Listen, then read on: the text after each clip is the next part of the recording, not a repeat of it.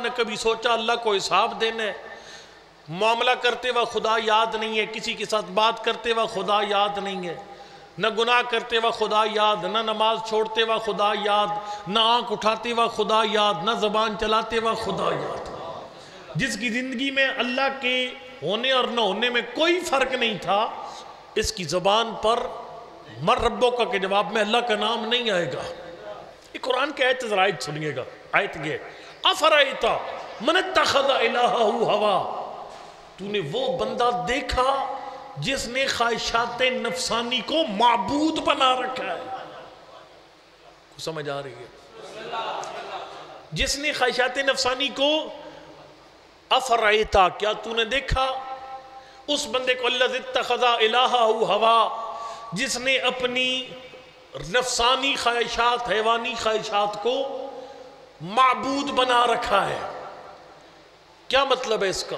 اس کا مطلب کیا ہے؟ اس کا مطلب فرض کیجئے میں اپنی بات کروں, مجھے جب بھوک لگتی تھی نا, قرآن پاک کی ایک آیت بڑی عجیب و غریب ہے. قرآن فرماتا ہے یأکلون کما تأکل الانعام, کچھ لوگ ایسے کھاتے ہیں جیسے جانور کھاتے ہیں.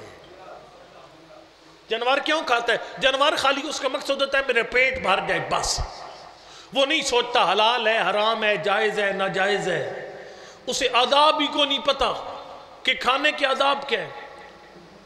لیکن فرمایا انسان کا کھانا اور ہے, انسان کے کھانے کی نیت اور ہونی چاہیے. میں نے کل مدینہ کے بارے میں جملہ پڑھا ہے کہ وہ جب شدید بھوک لگی ہوئی تھی اور کہا جلدی کرو کھانا لاؤ مجھے بھوک لگی ہوئی ہے, کھانا آیا نا واپس بھیج دیا, 2 منٹ کا دوبارہ لے آؤ. جب دوبارہ لوگ لے کر آئے انہوں نے کہا قبلہ کی سخت بھوک لگی تھی کھانا منگوایا, دوبارہ واپس کیوں بھیجا؟ انہوں نے کہا پہلے میں کھانا چاہتا تھا بھوک کی وجہ سے, اور اگر بھوک مٹانے کے لیے کھاتا مجھ میں حیوانوں میں فرق نہ رہ جاتا. میں نے کھانا واپس بھیج کر اپنی نیت ٹھیک کی, اور نیت یہ کی کھانا اس لیے کھاتا ہوں بدن کو طاقت ملے اپنے پروردگار کی عبادت کر سکوں. انسان اور حیوان میں فرق ہونا چاہیے. فرمایا فرائیتا من اتخذ الہہ ہوا, وہ بندہ دیکھا جس نے خواہشات نفسانی کو معبود بنا رکھا ہے. خواہشات نفسانی کو معبود بنا رکھا ہے. پھر والد صاحب بڑے جملہ پڑھتے ہوتے تھے, مجل سے پڑھتے تھے, وہ کہتے تھے جب کیا قبر میں سوال ہوگا نا کہ کے مر ربوں کا تیرا رب کون ہے, کئی بندے کہیں گے UBL, کئی بندے کہیں گے MCB, کئی بندے کہیں گے الائیڈ بینک, کئی بندے کہیں گے دی بینک آف پنجاب. کیوں؟ نہ خمس نہ زکوٰۃ, نہ غریب کا حق, نہ مسکین کا حق, نہ سید کا حق. انہوں نے جو خدا کو درجہ دینا تھا وہ اپنے پیسے کو دے رکھے. ان سے جب سوال ہوگا تیرا رب کون ہے, وہ اپنے پیسوں کا نام لینا شروع کر دیں گے. ہو سکتا ہے کوئی بندہ اپنی بیوی کا نام لے جے تیرا رب کون ہے, اس نے بیوی کو قبلہ بنا رکھا تھا. لہذا فرمایا جب سوال ہوگا نا تیرا رب کون ہے, تو زبان پہ وہی آئے گا جس کا زندگی میں عمل دخل تھا. کوشش کر اپنی زندگی میں خدا کو عمل دخل دے. اتنی پیاری سی بات آگئی, چلو کہہ جاؤں. اب آپ کو کہ مولانا ہم کیسے زندگی میں خدا کو عمل دخل دیں؟ یہ ایک سطر ہے لیکن کائنات کی قیمت کی ہے. وہ سطر یہ ہے, ایران کے اندر ایک بندہ گزرا ہے شیخ رجب علی خیاط.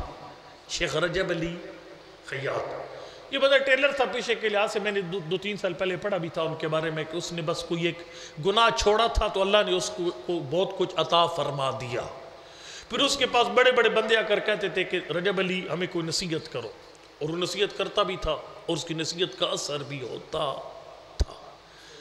لیکن اور یہ مولا کائنات کی نہج البلاغہ میں فرمان ہے کہ ان الکلام اذا خرج من القلب دخل القلب, بات جب دل سے نکلتی ہے تو پھر دل میں اترتی ہے. وَإِذَا خَرَجَ مِنَ اللِّسَانِ لسان لَمْ يَتَجَاوَزِ الْآذَانِ, لیکن بات اگر زبان سے نکلے تو کانوں سے آگے نہیں جاتی. سمجھ آ رہی ہے؟ کانوں سے آگے نہیں جاتی. رجب علی خیاط جو ہے نا, اس کے پاس بڑے بڑے بندے آتے تھے نصیحت کر. ایک نصیحت سب کو کرتا تھا, اور یقیناً اس نصیحت پر اگر میں اور آپ عمل کریں گے ہماری زندگی میں خدا کا عمل دخل ہو جائے گا. اور جب قبر میں سوال ہوگا نا رب کون ہے, تو جواب میں اللہ کا لفظ زبان پر آ جائے گا. وہ پتہ کیا تھا وہ عمل یہ ہے. رجب علی خیاط کہتا تھا کہ اول خدا را دوست بیدار، باقی یہ ہر کی رکی میں خیب دوست بیداری بخاطر خدا دوست بیدار. وہ کہتا تھا اللہ سے محبت کر، اصل میں خدا سے محبت کر، اس کے بعد جس سے بھی محبت ہے وہ خدا کی وجہ سے کر.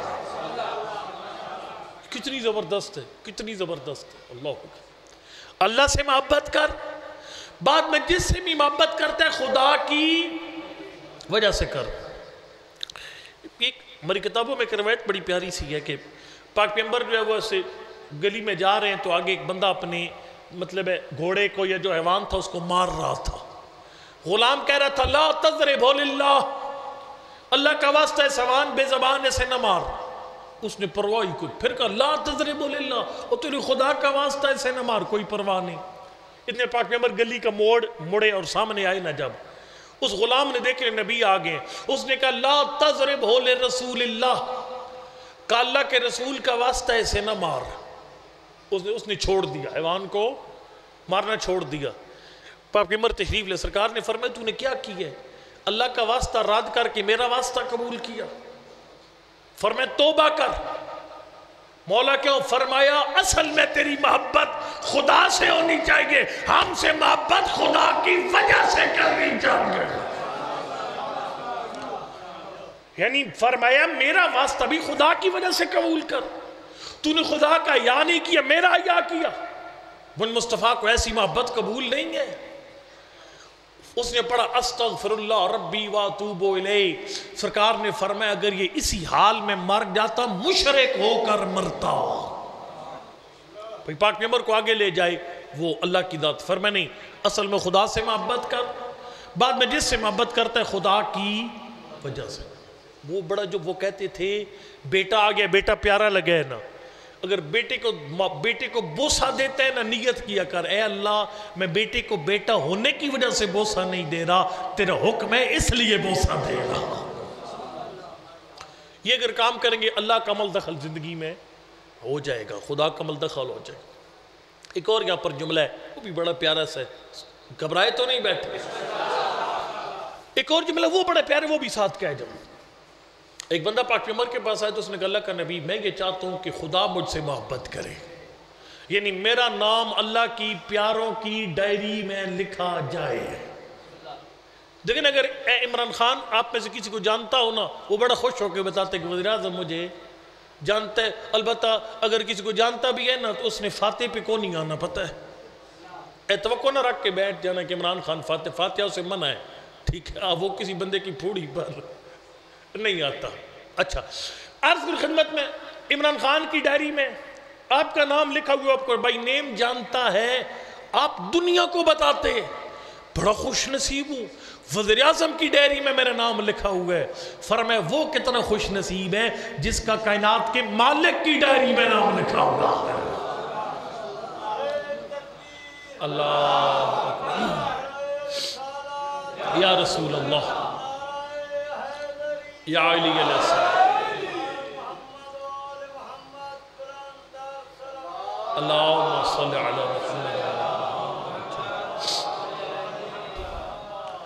اس نے کہا کہ اللہ کا نبی میں محبوب خدا بننا چاہتا ہوں. توجہ کرنا، سرکار نے فرما وَإِذَا رَدْتَ أَن يُحِبَّكَ اللَّهُ، اگر تو چاہتا ہے اللہ تجھ سے محبت کرے فَخِفْ وَاتَّقِ، فرمائے پھر دل میں خوف خدا پیدا کر.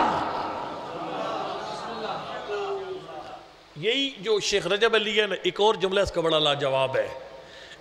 بندہ مہمان آیا نا ہمارے پاس، یا فرض کرو میں نے آپ بھی پڑھا، میں روانہ ہوتا ہوں تو آپ مجھے کہتے ہیں اچھا قبلہ صاحب خدا حافظ.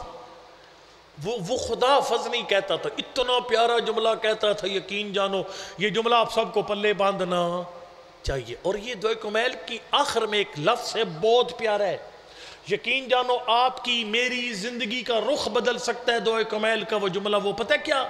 وَبِذِكْرِكَ مَعْمُورًا، پروردگار میری زندگی کو اپنی یاد سے بھر دے، میرے شب و روز اپنی یاد سے بھر دے. اس کے کیا مطلب ہے؟ اس کے مطلب ہے میں جب آنکھ اٹھانے لگوں نا سوچوں میرا کوئی مالک ہے جس کو میں نے جواب دینا ہے. زبان چلانے لگوں میں سوچوں میں نے اللہ کو جواب دینا ہے زبان چلانے کا. ہاتھ اٹھاتے وقت سوچوں میں نے کوئی خدا ہے میں نے اپنے مالک کو جواب دینا ہے. وہ جملہ یہ کہتا تھا رجب علی, وہ کہتا تھا وہ خدا حافظ نہیں کہتا تھا, وہ کہتا تھا بے یاد خدا باشید. کہتا تھا مہمان تو جا رہا ہے جہاں جائے گا اپنے رب کو یاد رکھنا. بہرحال یہ مر ربکا کے جواب میں اللہ جل جلالہ ربی اسی کی زبان پر آئے گا جس کی زندگی میں اللہ کا عمل دخل تھا. ایک دو بندے نیند کے مزے لینے ان کو جگانے کے لیے ذرا اونچی سی صلوات.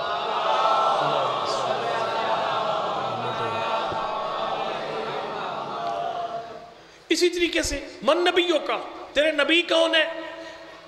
پاک پیغمبر کا نام اس کی زبان پر آئے گا جس کی زندگی میں پاک پیغمبر کا عمل دخل تھا. جب من اماموں کا سوال ہوگا اس کی زبان پر علی سے لے کر مہدی کا نام آئے گا جس کی زندگی میں 12 اماموں کا اثر تھا. جسے پتہ ہی کوئی نہیں ہے مولا علی میری زبان سے کیا سننا چاہتے ہیں, میرے زمانے کے امام کو میرا کیا دیکھنا پسند ہے. کہ اوئے ہوئے ہوئے ہوئے شیخ مفید کے خط میں کمال جملہ لکھا امام زمان ارواح فدا نے. فرم مفید میری شیعوں کو کہہ دے فَلْيَعْمَلْ كُلُّ مُرْعِن بِمَا يَقْرَبُ مِن مَحَبَّتِنَا وَلْيَتَجَنَّبْ مَا يُدَانِي مِن كَرَاهِيَّتِنَا وَسَقَطِنَا. فرمایا میری شیعوں کو بتا دے اگر قبر میں من اماموں کا کے سوال کے جواب میں میرا نام زبان پر لانا چاہتے ہیں, فرمایا پھر ہر کام کرنے سے پہلے ایک فیصلہ کر لیا کر یہ کام تیرے امام کو پسند آئے گا یا ناگوار گزرے گا. جوانوں اگر یہ سوچ آ جائے نا زندگی میں میرے یہ کام میرے آقا کے دل پہ کیا اثر کرے گا, پھر زبان پر من اماموں کا جواب آئے گا.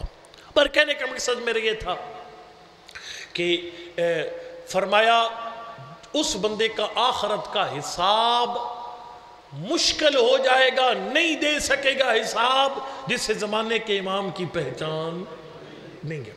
میں کیا کہنا چاہتا ہوں, فرمایا یدع کل ناس بامام زمانے, ہر زمانے کے لوگوں کو ان کے زمانے کے امام کے ساتھ اٹھایا جائے گا. تو آپ کے وہ اٹھ جائیں گے میرے بھائی, خالی اٹھنا نہیں ہے. ایک لفظ ہے زیارت جامع کبیرہ میں, وہ یہ ہے کہ سما, اور وہ یہ قرآن کی آیت, اور میرے خیال ہے یہ جتنی زیارت عاشورہ, زیارت وارثہ یا باقی زیارت علی یاسین ہے ان میں سے یہ زیارت جامع کبیرہ میں سب سے زیادہ قرآن کی آیات موجود ہیں. اس کے اندر یہ آیت موجود ہے ثم ان الینا ایابہم ثم ان علینا حسابہم.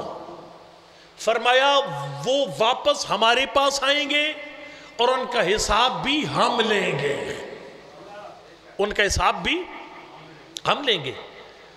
اچھا, اس کا مطلب ہے کہ ہر زمانے کے لوگ اپنے زمانے کے امام کے ساتھ اٹھائے جائیں گے اور اپنے زمانے کے امام کو حساب دیں گے. جو مولا کائنات کے دور کے لوگ تھے وہ علی ابن ابی طالب کو حساب دیں گے, امام حسن مجتبیٰ کی ریت امام حسن مجتبیٰ کو حساب دے گی, حرر حضرت مسلم ابن اوسجا سید الشہداء کو حساب دیں گے. میں اور تو اپنے زمانے کے امام کو حساب دیں گے. ہم نے حساب دینے زمانے کے امام کو. اچھا, سب سے مشکل سوال کیا کریں گے امام؟ معصوم نے بتا دیا کہ امام زمان ہم سے سب سے بڑا اور مشکل سوال کون سا کریں گے. حدیث امام باقر علیہ السلام سے بھی ہے اور امام رضا علیہ السلام سے بھی یہ حدیث ہے, ہماری کتابوں موجود ہے, علل و شرائع میں اگر میں اشتباہ نہیں کر رہا. وہ حدیث یہ ہے, پوچھا جاتا تھا معصوم سے مولا دیکھو نہیں کسی پہ تنقید نہیں ہے لیکن اپنا مذہب بیان کرنا بندے کا حق ہے. پوچھا جاتا تھا مولا کی بیان فرمائیے کہ بعض ہمارے بھائی 4 تکبیر نماز جنازہ پڑھتے ہیں اور ہم 5 پڑھتے ہیں. مولا ہماری تکبیریں 5 کس لیے ہیں؟ اب تھوڑا جاگنا ہے, جو سو رہے ہیں ان کو انشاءاللہ میں جگا لوں گا. ہماری تکبیریں 5 کیوں ہیں؟ سرکار نے فرمایا بنی الاسلام علی 5, فرمایا اسلام کی بنیاد ہے 5 چیزوں پر, الصلاۃ والصوم والحج والزکاۃ والولایہ. نماز, روزہ, حج, زکاة اور ولایت. سرکار نے فرمایا چونکہ ہمارے مذہب میں اسلام کی بنیادوں میں ولایت بھی شامل ہے اس لیے فرمایا ہمارے جنازے کی تکبیریں 5 ہیں.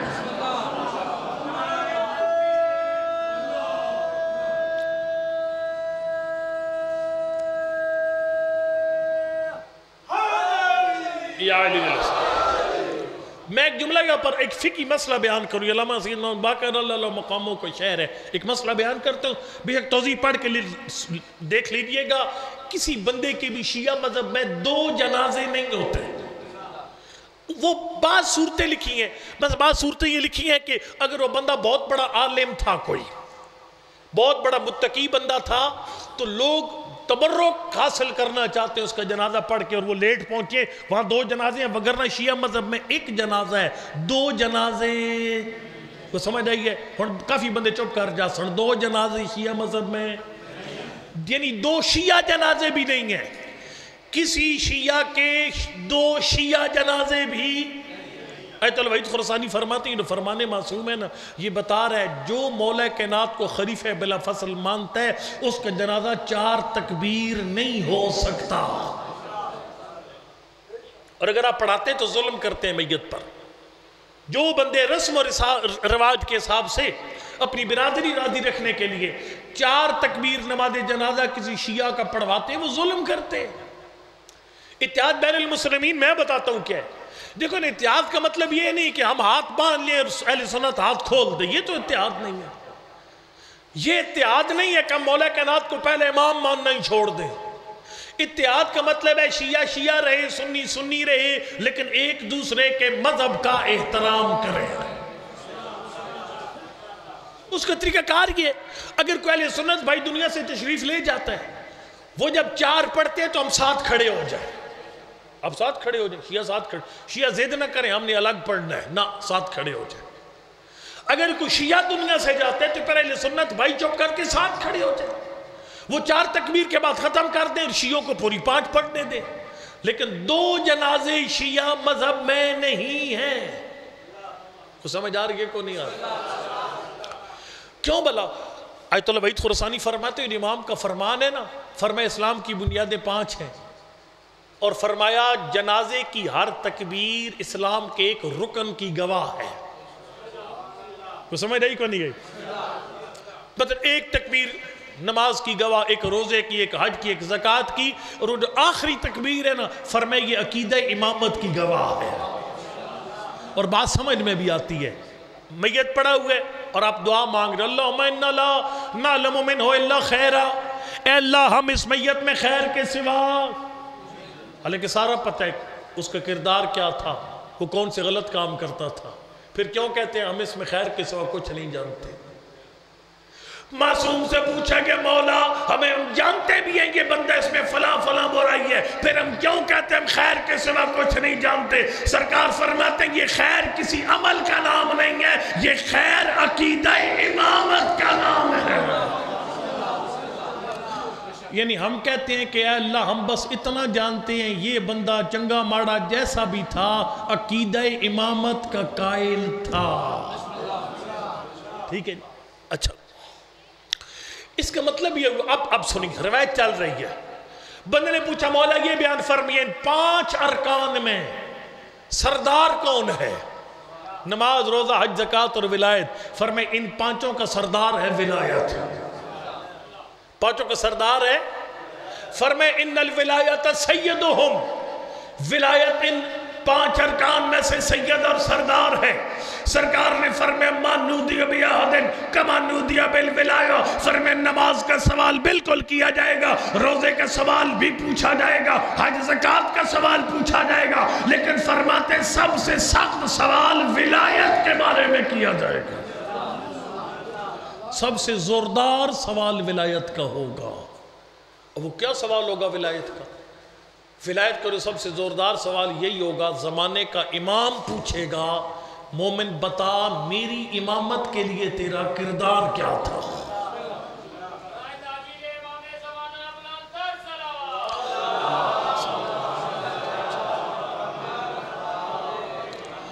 اور یقین جانو ہم مجلس سے پڑھنے والوں کو لگ سمجھ جائے گی، جو خیبر اور خندق خالی پڑھ کے چلے جاتے تھے بھئی ٹھیک ہے اگلا عشرہ امام زمان پر نعرے نہیں لگے گے، اگلے سال بانی بلائے گا ہی نہیں، پھر محرم کام پڑھیں گے۔ وہ جب بندہ کہے گا نا مولا میں اتنی دفعہ کربلا گیا تھا، تو نے بہت اچھا کام کیا کربلا، لیکن میرا سوال ہے میں تیرا زمانے کا امام تھا، میری امامت کے لیے تیرا کیا کردار؟ مولا میں نے غدیر کا جشن منایا تھا، تو نے بہت اچھا کام کیا، لیکن میری امامت کے لیے کیا کیا؟ اور آپ سب نے یہ جواب تلاش کرنا ہے، یہ سب نے یہ جواب تلاش کرنا ہے کہ جب امام زمان پوچھیں گے روز قیامت ہم سے، چکڑالہ والو میری امامت کے لیے تم نے کیا کیا؟ تو یہ جو انتظامیہ یہ کہے گی کہ ہاں ہم نے ایک سال ایک طالب علم بلایا تھا اور اسے عشرہ پڑھوایا تھا امام زمان کی معرفت پر۔ اب میں اس میں ایک مثال آپ کو دوں، میری امامت کے لیے کیا کیا؟ اس کے لیے سب سے آسان، سب سے جو بنیادی ترین بات وہ یہ ہے کہ آپ کے پاس ایک جواب ہونا چاہیے۔ مولا، یعنی میں اس طرح کہوں تو اب اس سے زیادہ واضح نہیں ہو سکے گا۔ امام زمان پوچھیں گے جب تو نے مجھے دیکھا ہی نہیں تھا تو تیرا دل مطمئن کیسا تھا میرے امام ہونے پر؟ آپ میں سے ہر بندے پہ واجب ہے امام زمان کے ہونے پر ایک دلیل تیار کر کے رکھیں، ایک دلیل جس پر آپ کا دل مطمئن ہو۔ یہ کیوں معصوم نے زور دیا جس میں فرمائے علماء کے ساتھ بیٹھو، علماء کے ساتھ بیٹھو، وہ بستی چھوڑ جاؤ جس میں عالم نہ ہو، اس کی وجہ کہ عالم ہوگا تو پھر امام زمان کے وجود پر دلیل مل جائے گی۔ میں ایک اور جملہ یہاں پر پڑھ لوں، دیکھیں جو بنیادی عقائد ہیں نا آپ کے، توحید، عدل، نبوت، امامت، قیامت، ان پر آپ کا اپنا دل مطمئن ہونا ضروری ہے، اس میں تقلید نہیں ہے۔ بھئی امام زمان ہے کیونکہ مولوی صاحب نے کہا امام زمان، یہ کوئی عقیدہ نہیں ہے۔ عقیدے میں دلیل ہونی چاہیے آپ کے پاس، کوئی سادی دلیل جس سے آپ کا دل مطمئن ہو کہ امام زمان تشریف رکھتے ہیں۔ میں اب ایک دلیل دیتا ہوں آپ کو، قرآنی دلیل ہے اور لائیو چل رہا ہے۔ میں یہ بھی یہ دعویٰ کرتا ہوں انشاءاللہ کوئی شیعہ سنی بھائی اس کو رد بھی نہیں کر سکے گا۔ ایک اختلاف بھی ہے شیعہ اور اہل سنت کے درمیان امام زمان کے حوالے سے، اور وہ اختلاف یہ ہے کہ کیا امام زمان کا ظہور، کیا امام زمان کی ولادت ہو چکی ہے یا بعد میں ہوگی؟ ظہور پر سارے متفق ہیں، کتابوں میں سب لکھا ہوئے، لیکن اہل سنت بھائی کہتے ہیں امام زمان کی ولادت ابھی نہیں ہوئی، بعد میں ولادت ہوگی پھر ظہور فرمائیں گے۔ ہم کہتے ہیں ولادت ہو چکی ہے، 1000 سال پہلے ولادت ہو چکی ہے، اور پھر وہ مسئلہ کھڑا ہوتا ہے کہ اتنی لمبی زندگی کیسے ہو سکتی ہے؟ تو پھر ہم جواب دیتے ہیں ابھی حضرت نوح جتنی زندگی نہیں ہوئی، نوح 2500 سال زندہ رہے حضرت نوح، ٹھیک، یہ کون سا چھمبا ہے؟ اصحاب کہف ابھی تک زندہ، حضرت عیسیٰ ابھی تک زندہ۔ کوئی سمجھ آ رہی ہے؟ کوئی نہیں آ رہی؟ سر لاؤ تھوڑے تھوڑے۔ قرآن پاک میں حضرت خضر زندہ، کتنی لمبی زندگیوں کی مثالیں موجود ہیں۔ اللہ اکبر۔ اب امام زمان کے ہونے پر دلیل، قرآن سے دلیل، اور دلیل بھی ایسی جسے کوئی شیعہ سنی رد نہیں کر سکتا۔ بندہ یہ پوچھتا ہے چھٹے امام سے، مولا ہم غائب امام کا وجود کیسے منوائیں گے؟ غائب امام کا وجود لوگوں سے کیسے منوائیں گے؟ دیکھو امام زمان اگر حاضر ہے، امام زمان اگر ظاہری طور پر موجود ہے نا، ظاہر ہے، پردے غیب بنے گے سامنے، امام صادق سامنے، بندے نہیں مانتے تھے ان کا صحابی امام کے سامنے لے جاتا تھا، یہ نواز پیغمبر ہے، امام معجزہ دکھاتے بندہ امامت کا قائل ہو جاتا۔ لیکن امام زمان پردے غیب میں موجود امام، اس کو مانا کیسے جائے؟ اللہ اکبر۔ مولا بیان فرمائیے ہم پردہ غیب میں جو امام موجود ہوگا اس کے وجود کو کیسے ثابت کریں گے؟ سرکار نے فرمائے سورہ انا انزلنا اس امام کے ہونے پر دلیل ہے۔ سورہ انا انزلنا، میں دعوت فکر دے رہا ہوں شیعہ سنی تمام بھائیوں کو، امام زمان موجود ہے، اس پر سورہ قدر گواہی دے رہی ہے۔ سورہ قدر میں شیعہ سنی کیا پڑھتے ہیں؟ اِنَّا انزلناہ فی لیلۃ القدر وما ادراک ما لیلۃ القدر لیلۃ القدر خیر من الف شہر تنزل الملائکۃ والروح فیہا باذن ربہم۔ یہ قرآن کی آیت قابل غور ہے، یہ تنزلو یہ فعل پریزنٹ کنٹینیوس ٹینس ہے، یعنی ہر شب قدر ملائکہ زمین پر نازل ہوتے ہیں۔ شب قدر ہر سال آتی ہے نا، رمضان ہر سال شب قدر بھی ہر سال قرآن کہتا ہے جب شب قدر ہر سال آتی ہے تو ملائکہ اترتے ہیں. میرا بھائی جب تک مصطفیٰ دنیا میں تھے ملائکہ شب قدر مصطفیٰ کے پاس آتے تھے, لیکن نبی دنیا سے تشریف لے گئے. رمضان پھر بھی آتا ہے, شب قدر پھر بھی آتی ہے. شب قدر آتی ہے تو ملائکہ قرآن کہتا ہے نازل ہوتے ہیں. ملائکہ کا اترنا بتاتا ہے کوئی زمانے کا محمد ہے.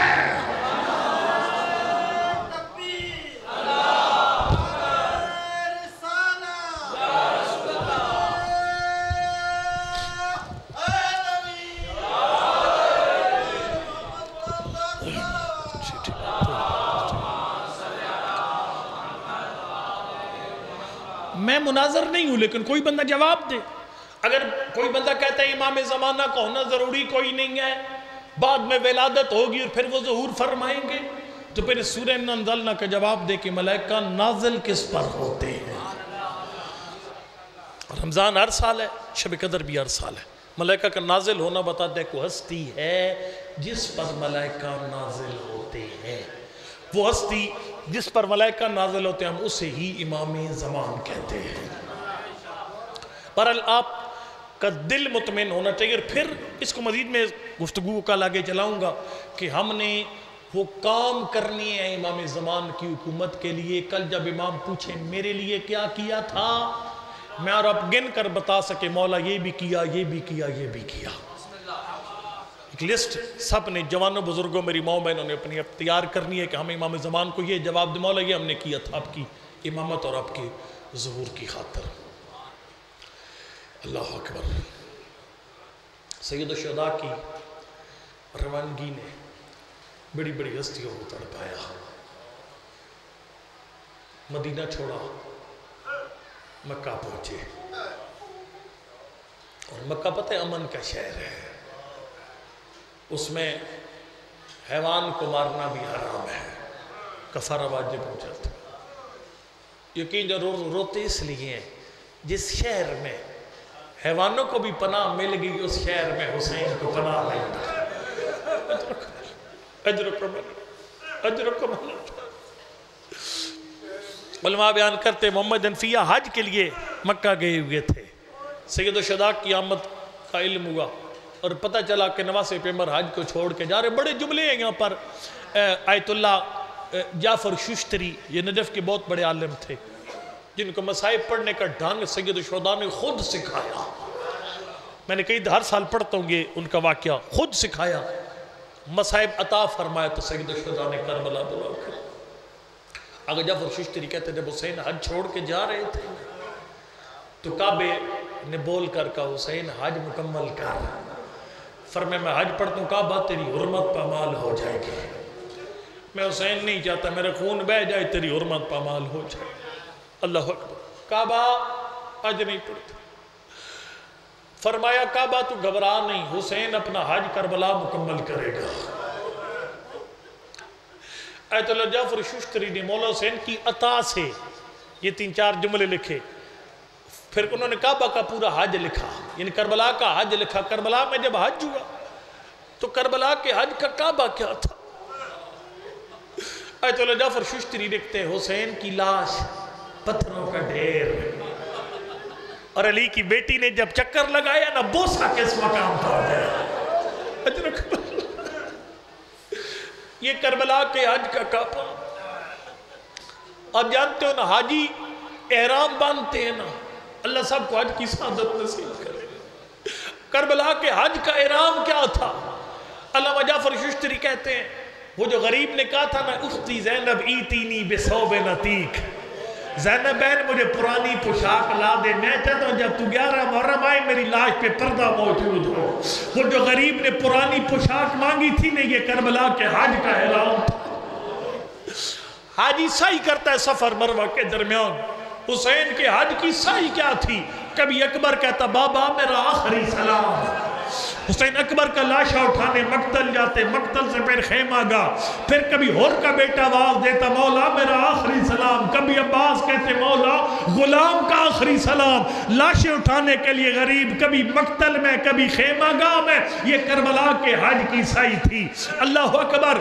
حاجی قربانی دیتا ہے نا، علامہ جعفر ششتری کہتے ہیں کربلا کے حج کی قربانی عجیب ہے، ایک قربانی کا نام ہے علی اصغر، ایک قربانی کا نام ہے علی اکبر، کہتے ہیں یہ دو قربانیاں حسین کی عجیب قربانی ہیں، دونوں کے موقع پر غریب کے چہرے پر موت کی زردی آئی، اکبر نے پانی مانگا، حسین کے چہرے پہ موت کی زردی آئی۔ اجرکم اللہ، کربلا میں غریب نے قربانیاں بھی کی، حج پورا کیا مولا حسین نے۔ محمد انفیہ ملے مولا حسین کو، مولا میں نے سنا پہ عراق جا رہے ہیں، فرمایا ہاں بھیا میں عراق جا رہا ہوں، فرمایا مولا عراق کے لوگ وفادار نہیں ہیں، قبلہ تقیہ صاحب جملہ پڑھتے یقین جانو رونے کے لیے ایک سطر کافی ہے۔ محمد انفیہ مشورہ دے رہے تھے، مولا آپ اپنی بہنوں کو لے کر کوفہ نہ جائیے، یمن چلے جائیے، لبنان چلے جائیے، ہندوستان چلے جائیے، مولا کہیں پناہ نہیں ملتی، زینب کو لے کر جنگلوں میں چلا جا، بیابانوں میں چلا جا۔ وہ جو جوانان جنت کا سردار تھا، بھائی مشورے دے رہا تھا، جنگل میں چلا جا۔ فرمائے محمد تو میرا خیر خواہ بھائی ہے، میں تیری بات پہ غور کروں گا، لیکن جب صبح کا وقت ہوا نا، لوگ حج پڑھ رہے تھے، غریب کا قافلہ تیار ہو گیا، محمد انفیہ کو پتہ چلا حسین نے سامان صبر باندھ دیا، عصا کے سہارے پر بیمار تھے، ضعیف تھے، محمد تشریف لائے۔ مولا آپ نے تو فرمایا تھا میں غور کروں گا تیری بات پر، فرمائے محمد مجھے خواب میں رات کو نانا ملا ہے، نانا نے فرمایا حسین تیرا کربلا جانا ضروری ہے، تیرا کربلا۔ مولا کیوں؟ فرمایا نانا نے فرمایا ان اللہ شاء یراک قتیلا، حسین جب تک تیرے گلے پر شمر کا خنجر نہیں چلتا میں محمد کا دین نہیں بٹتا۔ تھک نہیں، میں نے ایک جملہ پڑھ کے ممبر چھوڑنے لگا ہوں، جب کہا تیری شہادت کے بغیر میں محمد کا دین نہیں بٹتا۔ محمد نے موڑ کر دیکھا، کسی معبل پر زینب سوار ہے، کسی معبل پہ ام کلثوم سوار ہے، کسی معبل پہ رقیہ سوار ہے، محمد دوڑ کے زینب کبریٰ کے معبل کے پاس آیا، معبل کی مہار پکڑی، کہا حسین اگر خود شہید ہونے جا رہے زینب کو میرے حوالے کر دے، میں تیری بہن کو وطن مدینہ واپس لے جاؤں۔ فرمایا محمد مجھے نانا نے کو حکم دیا ان اللہ شاء ان یراہن سبایا، جب تک زینب رسیاں نہیں پہنتی محمد کا دین نہیں بٹتا۔ اجرکم اللہ، میرے نانا نے فرمایا حسین جب تک تیری زینب رسیاں نہیں پہنے گی میں محمد کا دین نہیں بٹتا۔ اللہ اکبر، میں نے تو نہیں پڑھنا تھا، اب وہ کام کریں قبر کی پہلی رات ہو تیری میری قبر میں تشریف لائے مولا امام حسین، ہم سب کے مرحومین کی قبر میں تشریف لائیں گے، ہمارے مرحومین عرض کریں گے آقا کیوں تکلیف فرمائی؟ فرمائے دیکھو عشر محرم کی پرخلوص مجلس ہو رہی تھی چکڑالہ میں، آخر مجلس سب نے مل کر میرے شام کے سفر پہ رواں دواں قافلے پہ سلام کیا، اس مجلس میں تیرا بیٹا تیرا بھائی تیری بہن موجود تھی، میں محمد مصطفیٰ اسی سلام کا جواب دینے تیری قبر میں آ کے السلام علی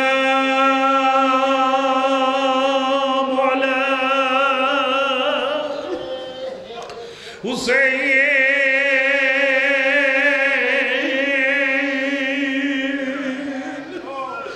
وعلی